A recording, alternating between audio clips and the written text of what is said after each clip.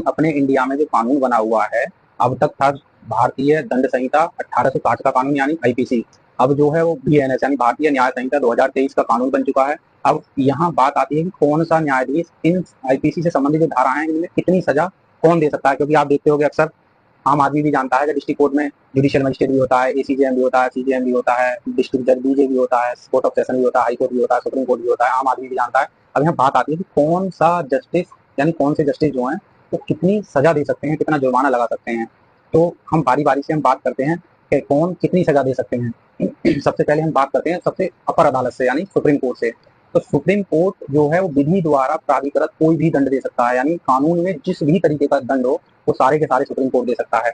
उसके बाद बात आती है हाई कोर्ट की, यानी जो हाई कोर्ट बने हुए हैं, हाई कोर्ट कितनी कितनी सजा दे सकते हैं। तो हाई कोर्ट भी सेम सुप्रीम कोर्ट की तरह ही उसे भी पावर मिली हुई है कि कानून द्वारा प्राधिकृत जो भी दंड हो, जिस प्रकार का भी दंड हो, चाहे मृत्यु दंड हो, आजीवन कारावास हो, जो दंड हो, सभी प्रकार के दंड हाई कोर्ट भी दे सकता है। अब थोड़ा नीचे बात करते हैं, सुप्रीम कोर्ट बता दिया, हाई कोर्ट बता दिया, उसके नीचे आता है कोर्ट ऑफ सेशन यानी जिला एवं सत्र न्यायाधीश।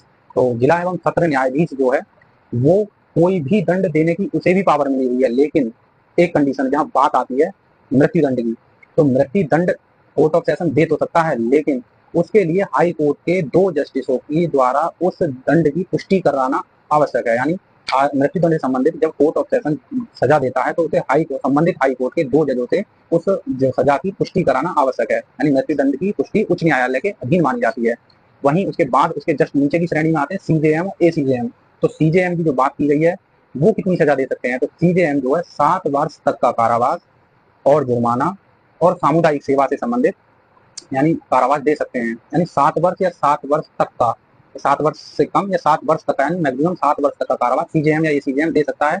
और जुर्माना चाहे लाख करोड़ 10 करोड़ जितना भी हो वो देने के लिए एलिजिबल है। वही उसके जस्ट नीचे बात आती है न्यायिक मजिस्ट्रेट, फर्स्ट क्लास न्यायिक मजिस्ट्रेट की, यानी फर्स्ट क्लास का जो जुडिशियल मजिस्ट्रेट है वो कितनी सजा दे सकता है।